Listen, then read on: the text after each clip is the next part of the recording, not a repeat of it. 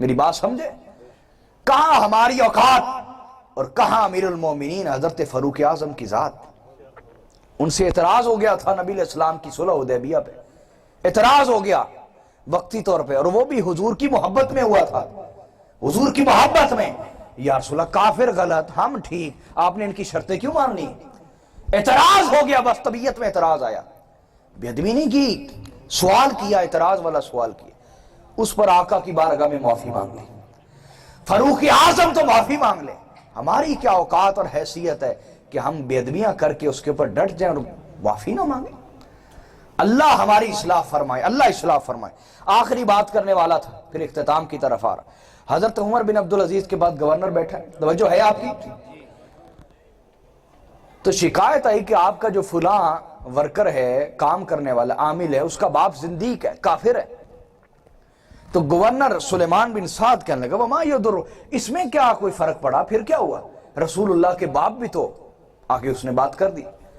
جب یہ بات کی تو حضرت عمر بن عبدالعزیز فغضب عمر غضبا شدیدا، شدید غصے اور جلال میں آ گیا. کہا ذلیل آدمی، تو اس بات کا حقدار نہیں کہ تجھے گورنر بنایا تھا. ایسا بد عقیدہ آدمی میرا گورنر نہیں ہو سکتا. اسی وقت سگنیچر کیے، دستخط کیے، فرمایا اس کو اڑا دو، آئندہ یہ کبھی مجھے کسی پوسٹ کے اوپر بھی نظر نہ آئے. ایسا بد عقیدہ آدمی. تو ان کا معیار کیا تھا؟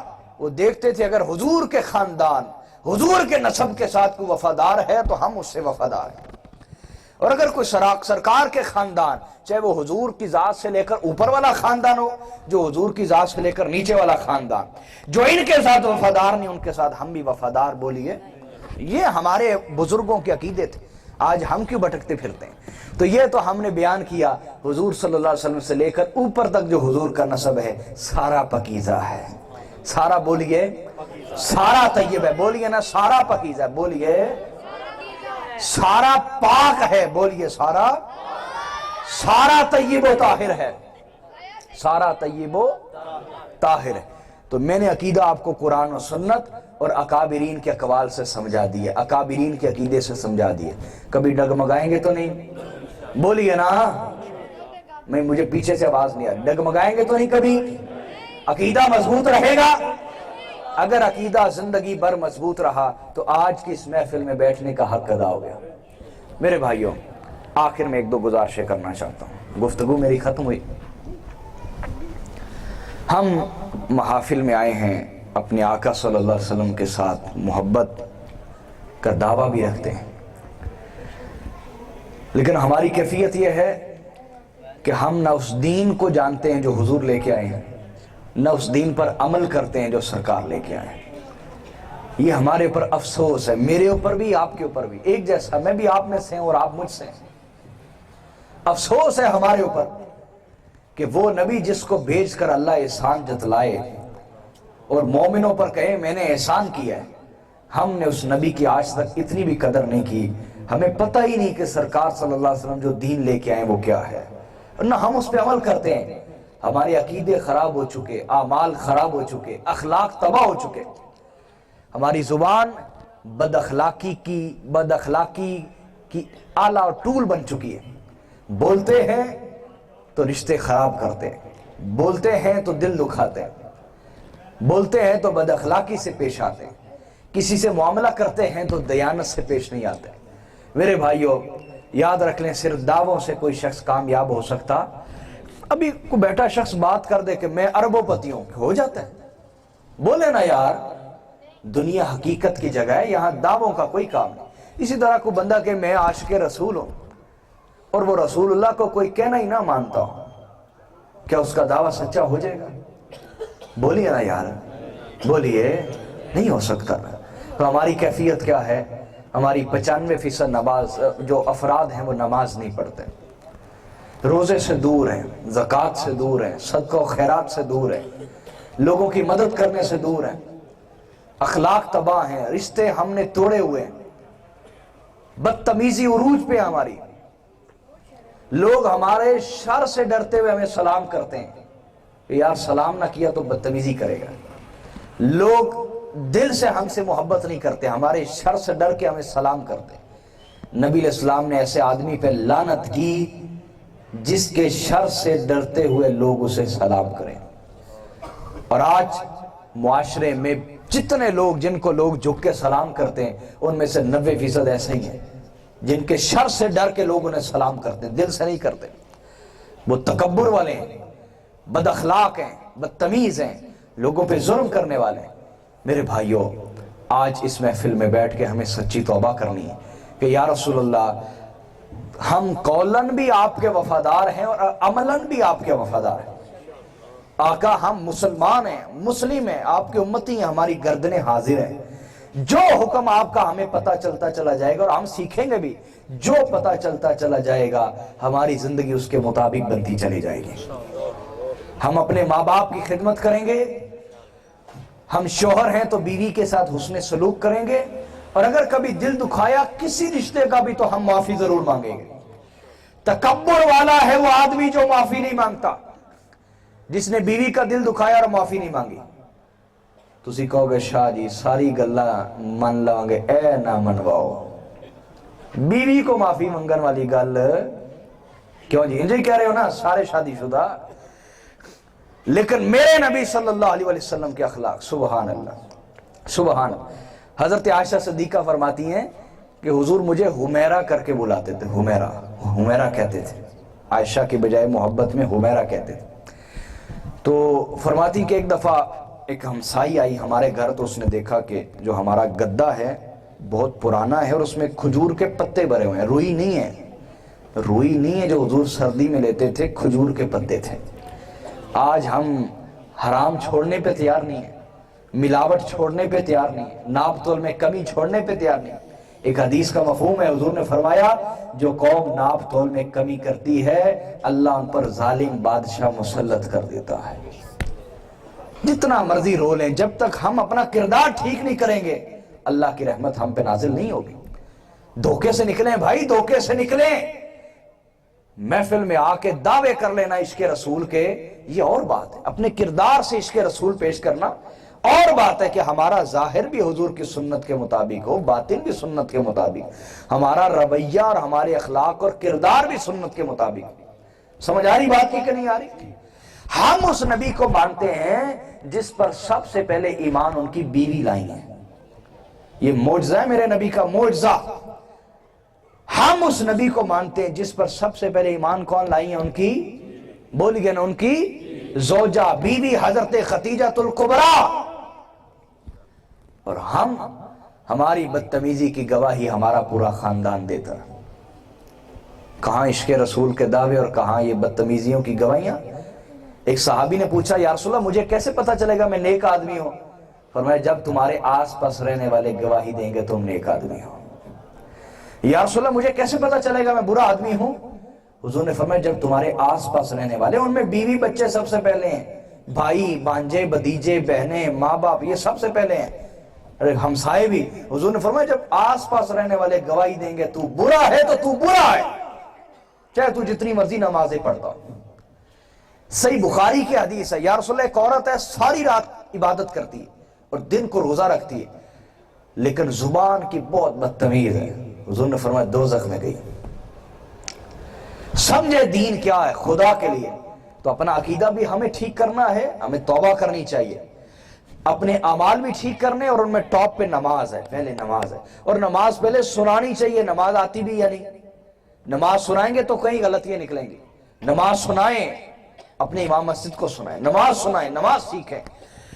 تو نماز اعمال میں سب سے اوپر, اور اخلاق ہمیں ٹھیک کرنے. اور اخلاق میں سب سے بڑی چیز کیا ہے کہ ہم کسی کا دل نہ دکھائیں, اور اگر غلطی کبھی ہو جائے تو معافی ضرور مانگ لیں.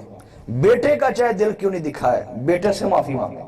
بیوی کا دکھا بیٹے, بیوی سے معافی مانگیں. تو حضور علیہ السلام نے دل نہیں دکھایا تھا حضرت عائشہ صدیقہ کا. کیا ہوا, وہ ہمسائی آئی, اس نے دیکھا کہ گدا ہے اس میں کھجور کے پتے, اس کو بڑا ترس ہے, وہ گئی, اس نے اپنی نئی رضائی بھیجی, یہ قبول فرما لے. حضرت عائشہ صدیقہ نے حضور کے لیے رکھی ہوئی تھی, سرکار تشریف لائے, دیکھا تو بڑی خوبصورت رضائی. کہا عائشہ یہ کہاں سے آئی؟ کہا یا رسول اللہ یہ فلاں انصاری عورت آئی تھی, اس نے بڑی محبت میں آپ کے لیے پیش کی ہے, حضور آپ کے لیے دی. حضور کچھ لمحے کے لیے غور و فکر میں مبتلا ہوئے, پھر فرمایا عائشہ اس کو گھر سے نکال دو, واپس کر دو. کہ یا رسول اللہ، اس نے بڑی محبت سے دی ہے، مجھے پسند آئی۔ حضور نے فرمایا نہیں عائشہ واپس کر دو۔ کہ یا رسول اللہ مجھے پسند آئی ہے۔ یہ نافرمانی نہیں تھی، وہ جہاں امتی تھی وہاں بیوی بھی تھی، بیوی ہونے کے ناطے لاڈ پیار میں رائے دے رہی تھی۔ یا رسول اللہ مجھے پیاری ہے، آپ قبول فرما لیں۔ حضور نے فرمایا عائشہ، اللہ کا نبی اور یہ قیمتی رضائی ایک چھت تلے جمع نہیں ہو سکتا ہے۔ بس یہ کہہ کہ حضور چلے گئے۔ حضرت عائشہ صدیقہ نے رضائی اٹھائی، انصاری عورت کے حوالے کر دی۔ اب نبی علیہ السلام کو بعد میں محسوس ہوا کہ کہیں عائشہ کا دل نہ ٹوٹا ہو۔ دل دکھایا نہیں ہے سرکار نے، کیونکہ نبی کو یہ زیب نہیں دیتا کہ اس کے گھر میں زینت کی چیزیں ہوں۔ دل نہیں دکھایا، اس کے باوجود حضور آ گئے۔ دیکھا تو حضرت عائشہ صدیقہ، آپ کے چہرے کے اوپر کچھ اثرات ہیں جو کیفیت ہو جاتی ہے انسان ہونے کے ناطے۔ تو حضور نے ٹھوڑی کو پکڑا اور فرمایا حمیرہ ہم سے سلو کر لینا، ہم سے سلو کر لیں۔ حضور نے خود منایا۔ اور آقا علیہ السلام نے فرمایا تم جو اپنی بیوی کے منہ میں لقمہ ڈالتے ہو، اللہ کے ہاں یہ بھی نیکی شمار ہوتی ہے۔ کیا یہ نیکی ہم میں سے کوئی شادی شدہ کرتا ہے؟ جی ہم توہین سمجھتے اپنی، باہر میں جائے ایسی عزت جو سرکار کی دی ہوئی نہیں، کہاں سے عزتوں کے معیار ہم نے گھڑ رکھے۔ اللہ ہماری اصلاح فرمائے۔ اور آقا علیہ السلام نے فرمایا تم میں سے کوئی شخص اپنی بیوی کے بستر پہ جائے تو یہ بھی اس کے لیے نیکی ہے، صدقہ ہے۔ تو صحابہ کرام نے کہا یا رسول اللہ ہم اپنی جنسی ضرورت پوری کریں، کیا یہ نیکی ہے؟ حضور نے فرمایا اگر تم اپنے نطفے کو، اپنی منی کو حرام جگہ ڈالتے تو کیا تمہیں گناہ نہ ہوتا؟ کہا جی یا رسول اللہ ہوتا۔ تو فرمایا تم حلال جگہ ڈال رہے ہو، اللہ اس کا بھی تمہیں اجر عطا فرمائے گا۔ تو بیوی کے حقوق بیان کیے، یہ بے حیائی کی باتیں نہیں ہیں، یہ بے حیائی کی باتیں نہیں ہیں۔ خواتین ہمارے پاس جو مسائل بیچتی ہیں وہ ہمیں ہی پتا ہے کہ معاشرے میں مرد اپنی بیویوں کے ساتھ کر کیا رہے ہیں، اور جہاں پھر پڑھی لکھی عورتیں ہیں توبہ توبہ توبہ، وہاں مرد کتنے بیچارے مظلوم ہیں یہ بھی ہمیں ہی پتا ہے کہ بیوی کس قدر بدتمیزی سے پیش آتی شوہر کے ساتھ، اسے پتہ ہی نہیں کہ میرے اوپر سب سے بڑا جو فرض ہے وہ اس کا ہے، سب سے بڑا حق میرے شوہر کا ہے۔ نہ میرا باپ رہا اس درجے کا، نہ میری ماں اس درجے کی رہی، شادی کے بعد سب کچھ میرا خامد ہے میرے لیے۔ جہاں کو پڑھی لکھی عورتیں شوہر کے ساتھ وہ بدتمیزی کرتی ہیں کہ جگر پھٹنے کو آتا ہے سن کے۔ تو خدا کے لیے میری بہنوں، میری بیٹیوں، میری ماؤں، ہم نے اللہ کو منہ دکھانا ہے۔ آج اگر ہم اپنی زبان کی تیزی سے مرد پہ غالب آ جائیں گی، اگر آپ آ جائیں گی تو مرنا بھی تو ہے نا، پھر اللہ کو حساب بھی تو دینا ہے۔ تو اپنی زبان کو ہمیں لگام دینی چاہیے شوہر کے آگے۔ شوہر سب سے بڑا احترام کا حقدار ہے بیوی کے لیے، شوہر سب سے زیادہ فرما برداری کا حق رکھتا ہے۔